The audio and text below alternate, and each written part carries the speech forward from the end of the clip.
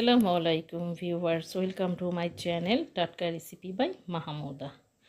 আজকে আমি আপনাদের সাথে একটু ভিন্ন রকম রেসিপি শেয়ার করব। ভিউয়ার্স, অনেকেই এটা জানে না। আজকে এই রেসিপিটা দেখে আপনারা সবাই করে খাবেন, আশা করছি ভালো লাগবে।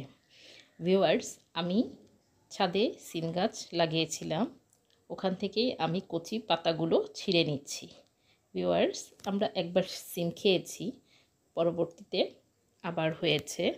এখন আমি সুন্দর করে পাতাগুলো এক এক করে কচি পাতাগুলো ছিঁড়ে নিচ্ছি।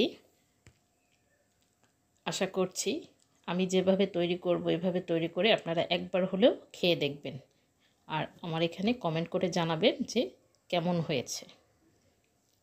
ভিউয়ার্স, আমি পাতাগুলো তুলে নিচ্ছি। অন্যদিকে ভিউয়ার্স, আমি ধনিয়া পাতা গাছ লাগিয়েছিলাম, ওখান থেকে আমি কয়েকটা বিলাতি ধনিয়া পাতাও নিয়ে নিব।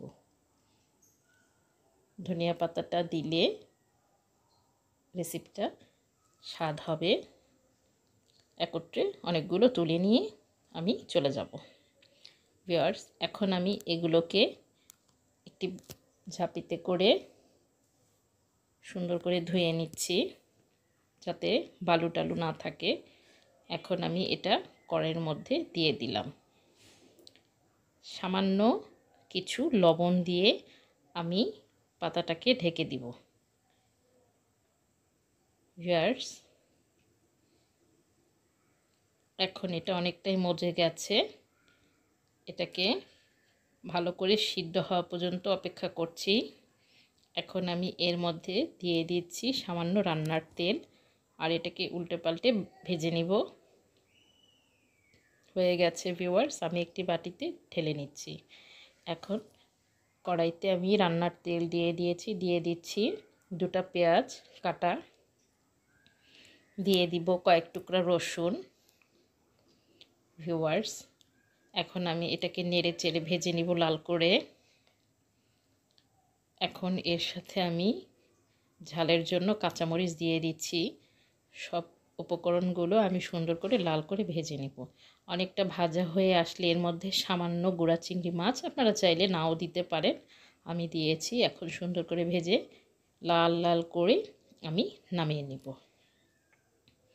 ভিউয়ার্স, আমি নামিয়ে নিয়েছি। এখন চলুন আমরা এটাকে শিলপাটায় বেটে নিই। ভিউয়ার্স, এটাকে আমি সুন্দর করে মিহিন করে বেটে নিয়েছি, আর তৈরি হয়ে গেল আমার সিম পাতার ভর্তার রেসিপি। আশা করছি আপনারা সবাই করে খাবেন আর আমাকে জানাবেন। ধন্যবাদ সবাইকে।